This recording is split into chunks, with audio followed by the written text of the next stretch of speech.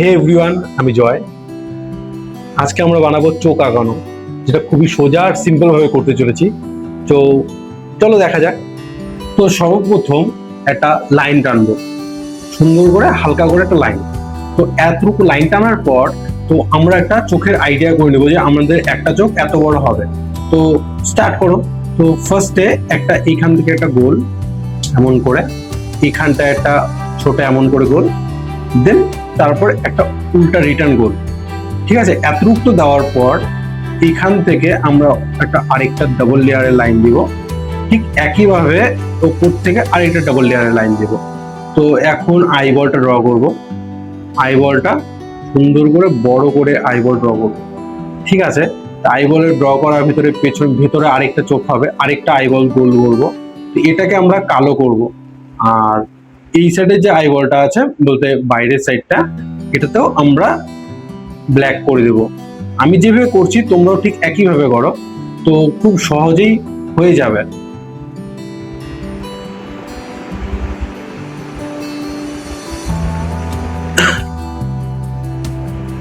তো এই পার্টটাকে, চোখটাকে ডিপ করো, তো একটু গাঢ় করে দাও।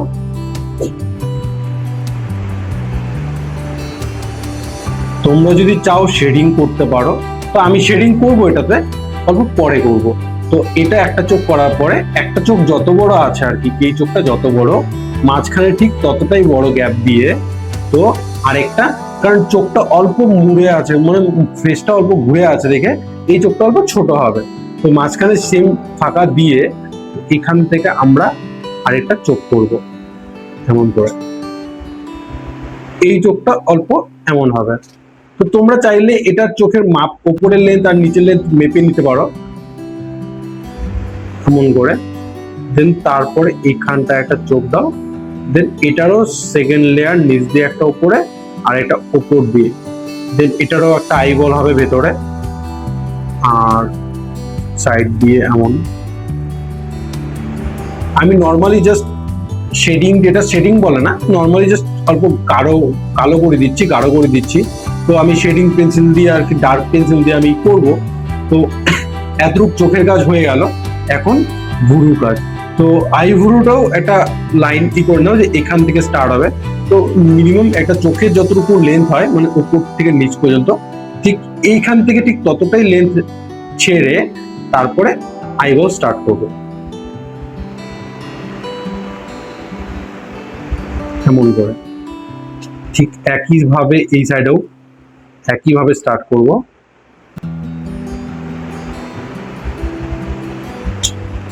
ঠিক আছে, হয়ে গেল। দেন এইখান থেকে এমন, আর এখান থেকে একটা লম্বা দাগ দিব বাস। আর এখানটাতে আমরা একটা তিলক কাটবো।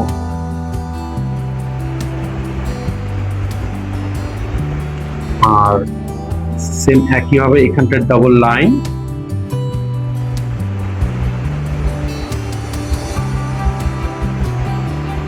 দেন একটা এরকম লাইন।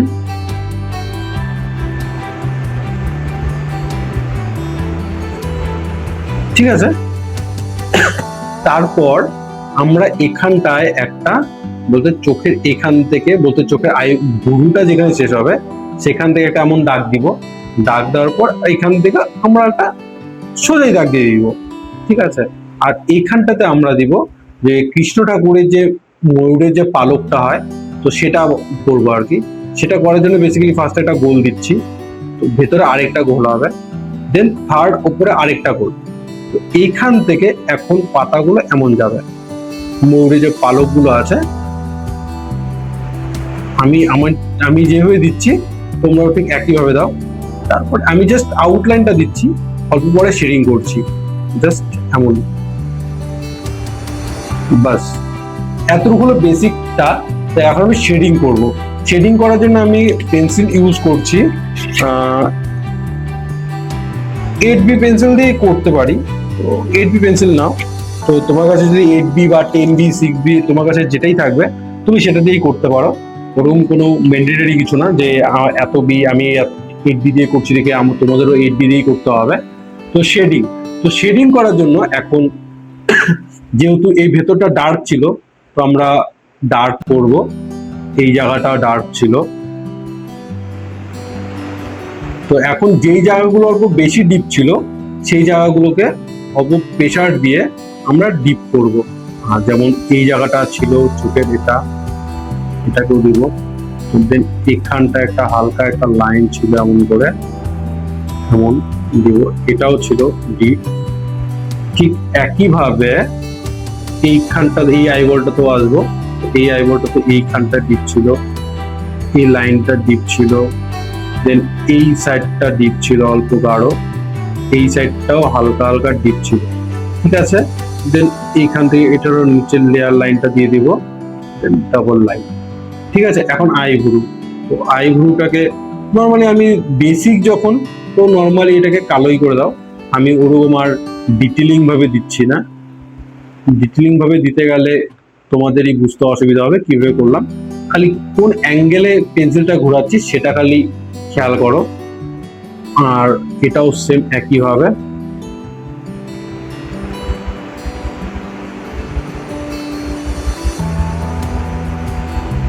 হ্যাঁ, এতটুকু হয়ে গেল। দেন এখন কি করবে, যেমন ফেসের, চোখের ক্ষেত্রে কি হয়, যেমন এই পার্টটা আছে না, এই পার্টটা সবসময় হালকা থাকে। তো আমরা এখন বেসিক যে ফান্ডামেন্টাল ফার্স্ট লেয়ার আমরা সেটাই দিব। তো এখান থেকে এটা ডিপ শেডিং দিচ্ছি, পেন্সিলটাকে জাস্ট হালকা করে খালি মুভমেন্ট করবে, এরকম কিছু না যে শেডিং স্ট্রোক দিয়েও করছি না, জাস্ট পেন্সিলটাকে হালকা মুভমেন্ট করবে। আর যখন বললাম যে এই জায়গাটা হালকা থাকে, তো এই জায়গাতে আমরা শেডিং দেবো না। তো সেম একইভাবে এই যে এসে এই যে খতম হয়ে গেল, শেষ হয়ে গেল। ঠিক নিচের পার্টটা তো আমরা এইভাবেই দিব।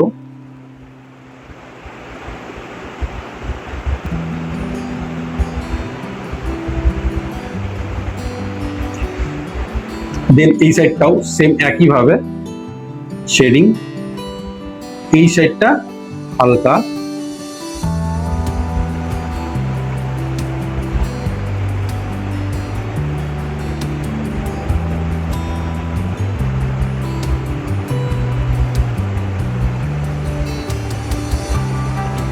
নিচের পার্টটাকেও আমরা এইভাবেই শেডিং করব হালকা হালকা করে।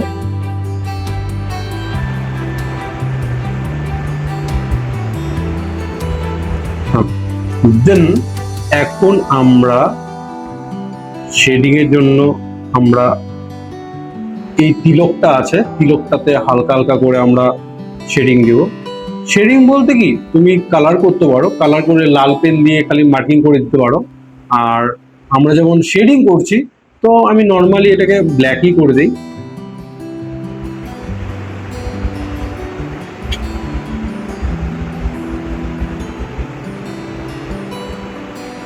আর ভেতরের পার্টটাকে অল্প ডিপ করে দেই,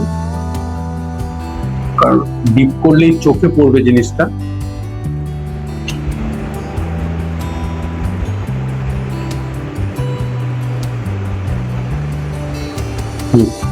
আর এই সাইডের পার্টটাতে এখন যে এই সাইডটা আছে, তো এই সাইডটাতে আমরা এখন কালো করব। তো যেভাবে আমি শেডিংটা দিচ্ছি, পেন্সিলটাকে আমি যেভাবে মুভমেন্ট করছি, তোমরাও ঠিক একইভাবে মুভমেন্ট করো, তোমাদেরটাও হয়ে যাবে। একবার হবে না, দুবার হবে না, তিনবারের সময় ঠিক হয়ে যাবে। তো খুবই সোজা আর সিম্পল এটা। আর এই সাইডটাও এইভাবে কালো করে দাও। এই সাইডটা কালো করে এখান থেকে পেন্সিলটাকে হালকা উপর দিকে মুভমেন্ট করে এইভাবে কার্ভ করে, হালকা কার্ভ লাইন যেভাবে আর কি শুরু ফার্স্ট ডে ক্লাসে আমরা যেভাবে করেছিলাম ঠিক একইভাবে। তো এইভাবে এতটুকু কমপ্লিট হয়ে গেল। তো এতটুকু হওয়ার পর এখন ময়ূরের পালকটা, ময়ূরের পালকটার জন্য আমরা হালকা হালকা করে আমরা পেন্সিলটাকে, আমরা আউটলাইন যেভাবে দিয়েছিলাম আর কি, তো যেভাবে আর কি পেন্সিলটা ফার্স্টে আউটলাইন স্ট্রাকচার দিয়েছিলাম, ঠিক একইভাবে একই মুভমেন্টে আমরা পেন্সিলটাকেও ঠিক একইভাবে নিয়ে যাব। যে আমরা পেন্সিলটাকে আমরা কিভাবে নিয়ে যাচ্ছি,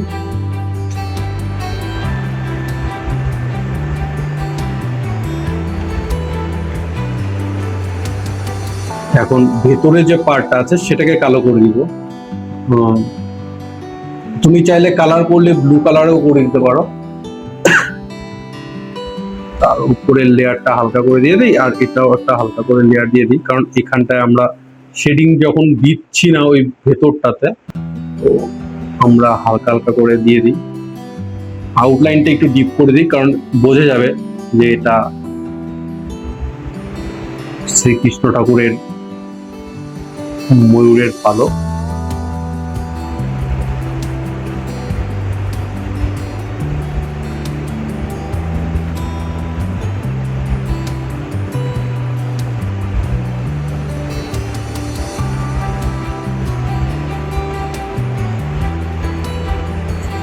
তা আশা করি বুঝতে পেরেছো আমি কিভাবে চোখটা আঁকে ড্রয়িং করেছি।